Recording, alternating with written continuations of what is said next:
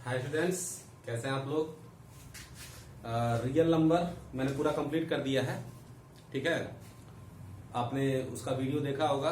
कैसा लगा आपको कमेंट बॉक्स में कमेंट जरूर करिएगा, और कोई दिक्कत होगी तो सजेशन भी दीजिएगा ताकि मैं और अच्छा करने की कोशिश करूं।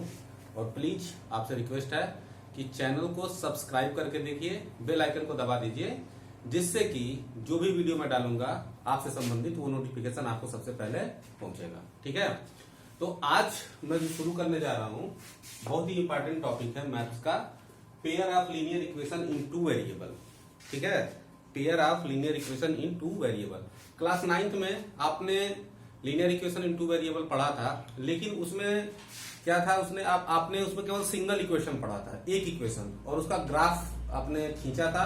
और ग्राफ से क्या पता चला था कि लीनियर इक्वेशन का जो ग्राफ होता है वो क्या होता है, स्ट्रेट लाइन होता है। यहाँ पे हमको क्या करना है, हमें पेयर ऑफ लीनियर इक्वेशन पढ़ना है। ठीक है, पेयर मैंने क्या होता है, जोड़ा, दो इक्वेशन। ठीक है, और उससे सॉल्यूशन निकालने हैं।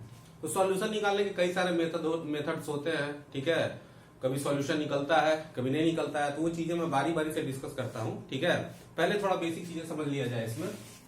देखिए, pair of linear equation in two variable.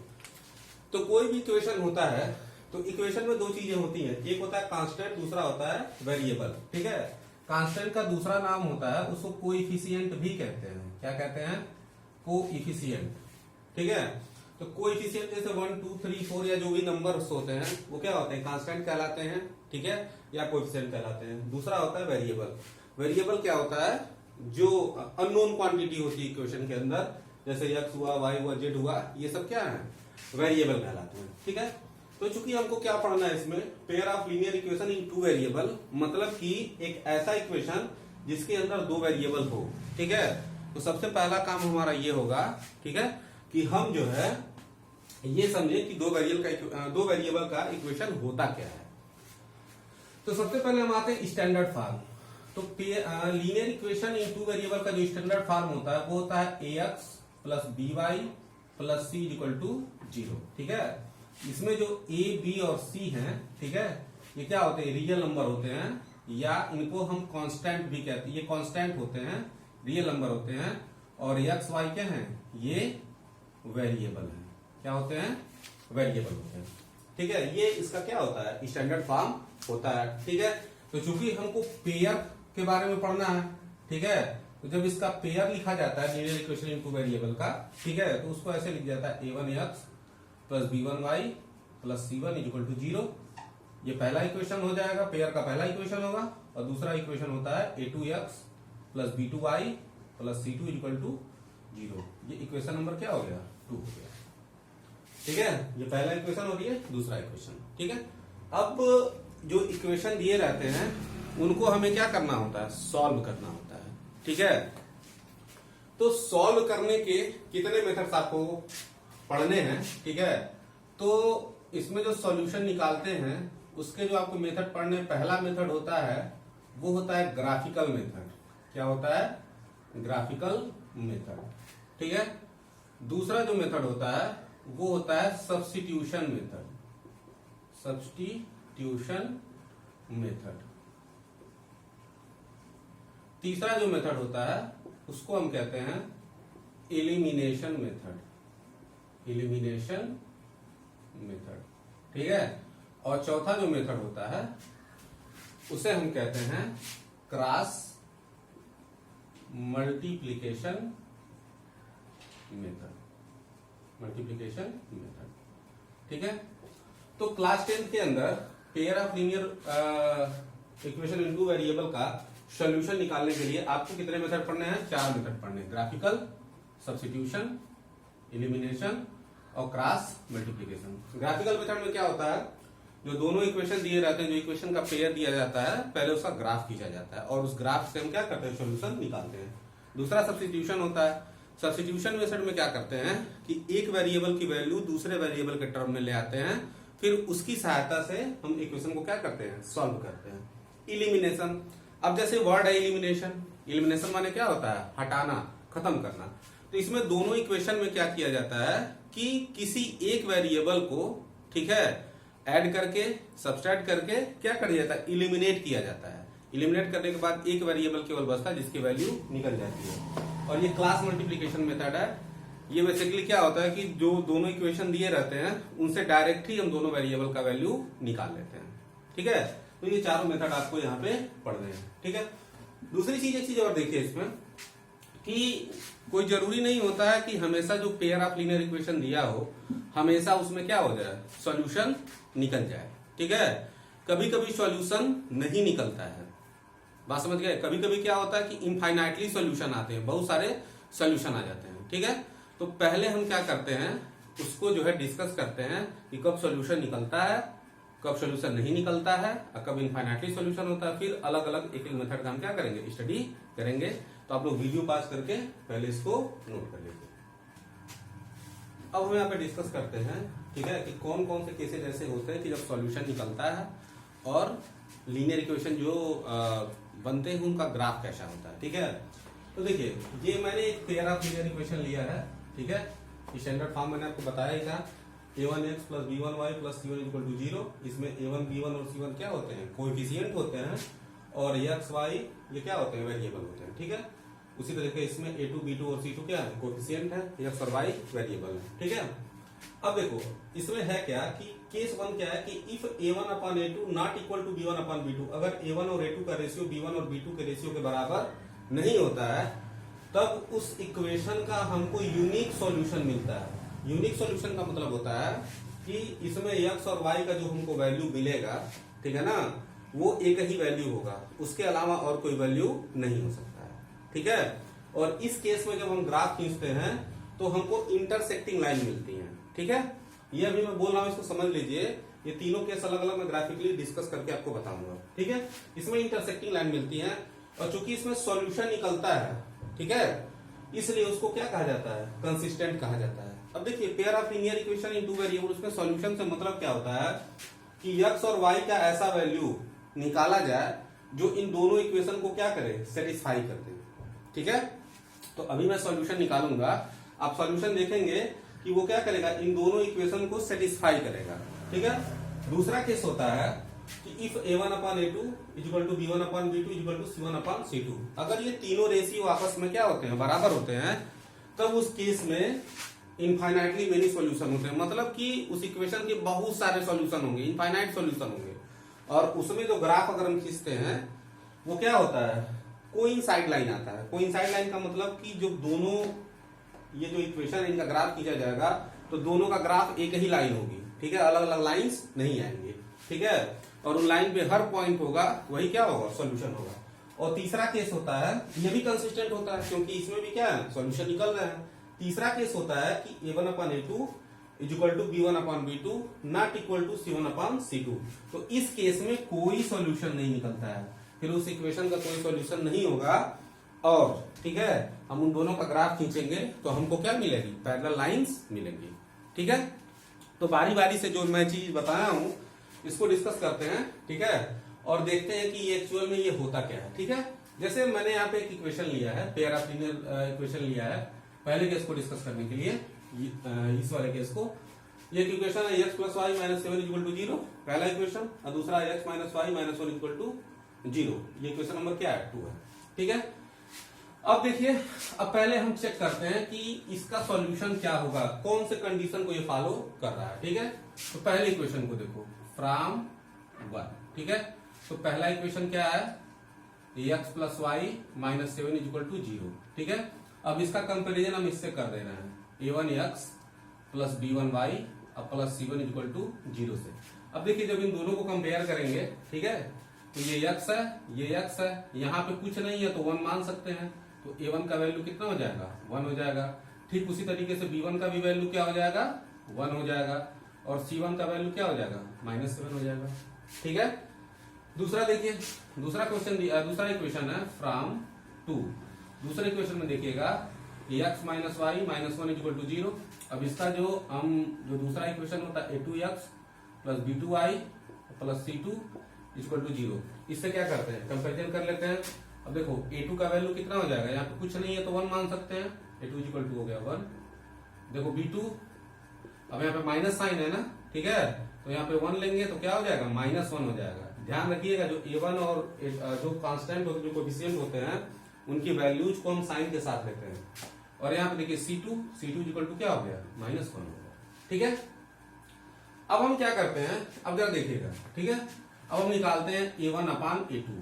ठीक है, तो A1 अपान A2, A1 की वैल्यू कितनी है 1, A2 की वैल्यू कितनी है 1, तो 1 अपान 1 कितना हो गया 1। ठीक है, उसके बाद निकालेंगे B1 अपान B2।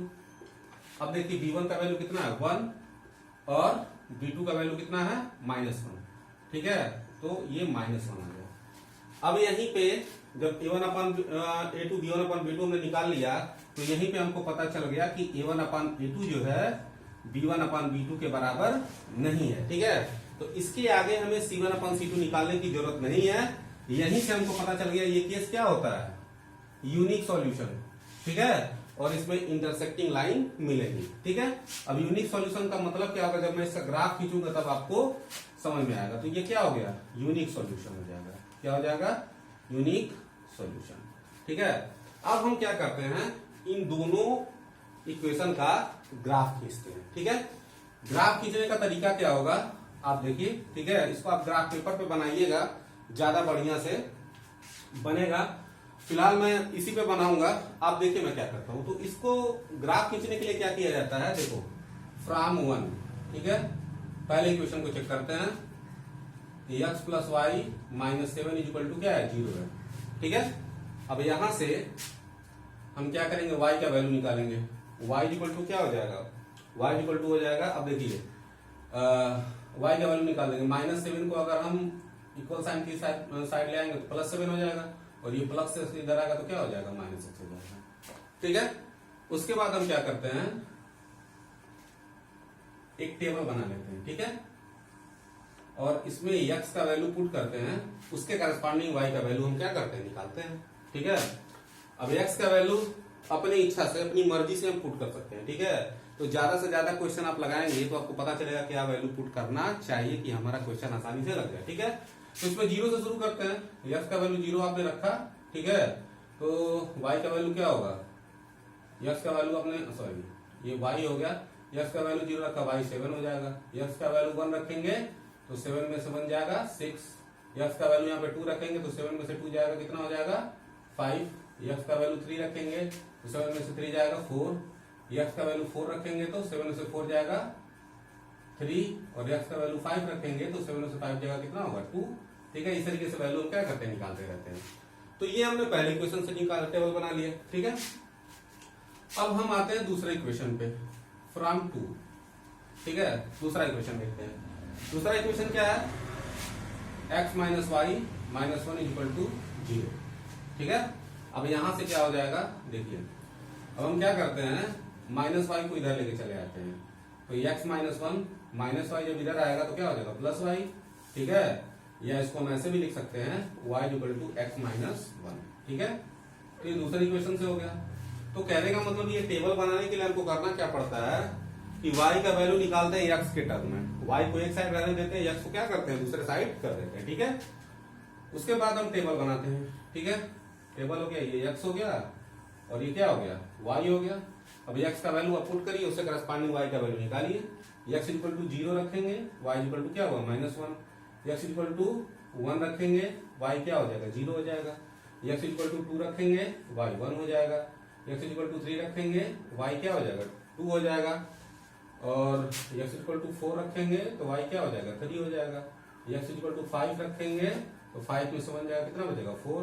और 6 रखेंगे तो 6 में से बन जाएगा, कितना बचेगा, 5। ठीक है, तो ये दोनों इक्वेशन से हमने दो वैल्यूज क्या की, दो टेबल हमने क्या किए, बना लिए।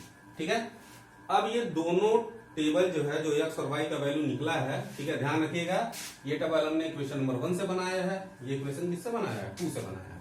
ठीक है, बात समझ रहे हैं। अब इनसे हम क्या करते हैं, ग्राफ खींचते हैं, और ग्राफ खींच के देखेंगे कि ग्राफ का नेचर क्या होता है। ठीक है, तो पहले आप लोग वीडियो पास करके इसको नोट कर लीजिए। टेबल हमने बना लिया। टेबल बनाने के बाद हम इसका दोनों इक्वेशन का, यही दोनों इक्वेशन थे जो मैंने लिखा था, अब इसका ग्राफ प्लॉट कर रहे हैं, आप देखिएगा। ठीक है, तो पहले मैं पहले इक्वेशन का, पहला इक्वेशन यही था, इससे हमने जो टेबल बनाया है वो क्या था, ये था। ठीक है, अब करते क्या है, अब एक्स एक्सिस था, इस पे हमने नंबरिंग कर लिया, ठीक है, स्केल बना लिया है। बड़े डिवीजन को या छोटे डिवीजन को जैसा टेबल बना रहता है उसके हिसाब से हम उस पर यूनिट या मेजरमेंट कर लेते हैं, ठीक है। इस पे क्या होता है, इस पे सारा पॉजिटिव होता है, इसमें पॉजिटिव होता है। ये निगेटिव एक्स एक्सिस, इधर जो वैल्यू मैंने लिखी वो निगेटिव लिखी है, और ये निगेटिव वाई एक्सिस, इधर जो वैल्यू क्या है निगेटिव है, ठीक है। अब प्लॉट करते हैं, ठीक है। तो ये वाई एक्सिस है, थोड़ा ऊपर मैं कर दे रहा हूं, ठीक है, ये 7 हो गया, ठीक है। अब देखिए x का वैल्यू अगर 0 है तो y का वैल्यू कितना है, 7 है। तो x का वैल्यू 0 0 ओरिजिन पे होता है, y का वैल्यू क्या है, 7 है, ठीक है। ये पहला पॉइंट हो गया आपका कौन सा, 0 और 7, ठीक है। प्लॉट करना आप जानती होंगे, 9th में कोऑर्डिनेट में आपने पढ़ा है।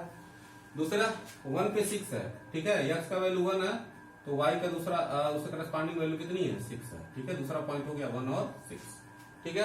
2 पे कितना है, 5 है, देखिए ये 5 और ये 2, तो 2 पे कितनी वैल्यू हो गई, 5, ठीक है, ये 2 5 हो गया, ठीक है। 3 पे कितना 4 है, ठीक है, ये 3 है और ये 4 है, तो ये पॉइंट क्या हो गया, 3 और 4 हो गया, ठीक। और 4 पे कितना है, 3 है, x का वैल्यू 4 है तो y का वैल्यू 3 है, ठीक है। तो ये पॉइंट हो गया 4 3, ठीक है। और 5 पे 2 है, 5 पे 2 है तो ये 5 पे 2, ठीक है। तो ये पॉइंट जो आपका हो जाएगा 5 और 2, ठीक है। तो ये क्या हुए, हमको जो है इतने पॉइंट मिल गए, ठीक है। अब क्या करेंगे, इन सारे पॉइंट को ये मैं वैसे ही बना रहा हूं, ठीक है। आप ग्राफ पे बनाइएगा, ग्राफ पे क्या होता है, बिल्कुल सीधा लाइन मिलेगा, ठीक है। तो यहाँ पे मैं कोशिश कर रहा हूँ, देखिए सीधा लाइन हमको मिला, ठीक। तो ये किसका ग्राफ हो गया, ये पहले इक्वेशन का ग्राफ हो गया, x plus y minus 7 equal to 0, ठीक है। दूसरे वाले का ग्राफ खींचते हैं, देखिए x का वैल्यू 0 है तो y का वैल्यू कितना है, -1 है, तो x का वैल्यू 0, y का वैल्यू -1, ठीक है। तो ये पॉइंट आपका हो गया, दिस पॉइंट इज 0 -1, ठीक है। 1 पे कितना है 0, 1 पे 0, ये पॉइंट 1 0 हो गया, ठीक है। 2 पे कितना है 1, तो 2 पे कितना हो गया, ये 1 हो गया, ठीक है, 2 1, ठीक है। 3 पे कितना है 2, 3 पे हो गया 2, ये आपका 3 2 हो गया। 4 पे कितना है 3, ठीक है, ये पॉइंट ही है, ये पॉइंट कितना था 3 2 था, ठीक है। और ये 2 1 था, ये पॉइंट 2 1। ये पहला इक्वेशन है, मैं इसमें लिख के बता रहा हूं, बाकी ये लिखने की जरूरत नहीं पड़ती आपको कि हर पॉइंट को लिखा न जाए, कोई जरूरी नहीं है, ठीक है। 4 पे 3 हो गया, 5 पे 4 हो गया, 5 पे हम चलते हैं, 5 पे 4 हो गया, ठीक है। ये पॉइंट हो गया 5 और 4, ठीक है। और 6 पे कितना है 5, 6 पे हो गया ये 5, ठीक है। अब इसका ग्राफ हम खींच देते हैं, ठीक है। देखिए ये हम दूसरे वाले इक्वेशन का ग्राफ हो गया। दूसरा वाला इक्वेशन क्या था, x minus y minus 1 equal to 0। अब जरा देखिए आप, इसका पॉइंट ऑफ इंटरसेक्शन कौन है, ये पॉइंट ऑफ इंटरसेक्शन यही वाला पॉइंट है, कौन सा 4 और 3, ठीक है। This is point of intersection, ठीक है। और जिस पॉइंट पे ये इंटरसेक्ट कर रहे हैं यही पॉइंट क्या होता है, इसका सॉल्यूशन होता है, क्या होता है, सॉल्यूशन। अब जो पॉइंट ऑफ इंटरसेक्शन आया है, पॉइंट ऑफ इंटरसेक्शन, ठीक है, मतलब दोनों लाइन यहां काट रही है, वो पॉइंट कौन सा है 4 3 है, 4 है और क्या है 3, ठीक है। तो इसमें x इक्वल टू हो जाएगा 4 और y इक्वल टू क्या हो जाएगा 3, मतलब यही क्या हो जाएगा हमारा सॉल्यूशन हो जाएगा, ठीक है। और ये जो सॉल्यूशन होगा ये दोनों इक्वेशन को सेटिस्फाई करेगा। आप खुद करके देख लीजिए, देखिए x का वैल्यू 4 है, y का वैल्यू कितना है 3, 4 और 3 7, 7 में से 7 जाएगा 0, पहला इक्वेशन सेटिस्फाई हुआ। उसके बाद देखिए दूसरे इक्वेशन को देखिए, x का वैल्यू 4 रखेंगे, y का 3 रखेंगे, 4 में से 3 जाएगा 1, 1 में से 1 गया 0, दूसरा इक्वेशन भी सेटिस्फाई हो गया, ठीक है। तो यही क्या होता है, सॉल्यूशन हो गया। तो इससे क्या पता चला कि दोनों लाइन जहां पे इंटरसेक्ट करेंगी तो जो पॉइंट ऑफ इंटरसेक्शन होता है वही क्या होता है, सॉल्यूशन होता है, ठीक है। और ये हमने केस भी डिस्कस कर लिया। इस वाले केस में क्या था, आपने देखा था कि हमने निकाला था a1/a2 not equal to b1/b2, यही ना था। तो देखो एक सॉल्यूशन आया, x equal to 4 y equal to 3। अब आप क्या कोई वैल्यू बता सकते हैं कि x इक्वल टू 4 और y इक्वल टू 3 के अलावा जो इक्वेशन को सेटिस्फाई करे, ऐसा कोई वैल्यू नहीं होगा। इसीलिए इसको क्या कहा जाता है, यूनिक सॉल्यूशन कहा जाता है। तो जब भी दो इक्वेशन इस कंडीशन को सेटिस्फाई करेंगे तो उनका एक सॉल्यूशन निकलेगा जो यूनिक होगा और उनका ग्राफ क्या होगा, इंटरसेक्टिंग लाइन होगा। ठीक है, वीडियो पॉज करके आप लोग ग्राफ बना लीजिए। तो आप लोगों को केस 1 समझ में आ गया होगा। ठीक है, यूनिक सॉल्यूशन कब होता है। इसके बाद नेक्स्ट वीडियो में मैं बाकी के दोनों केस, जो केस 2 था और केस 3 था, वो डिस्कस करूंगा और उसका ग्राफ बना के आपको समझाऊंगा। ठीक है, तो वीडियो अगर आपको पसंद आया है तो उसको लाइक करिए, सब्सक्राइब करिए और ज्यादा से ज्यादा शेयर करिए। धन्यवाद।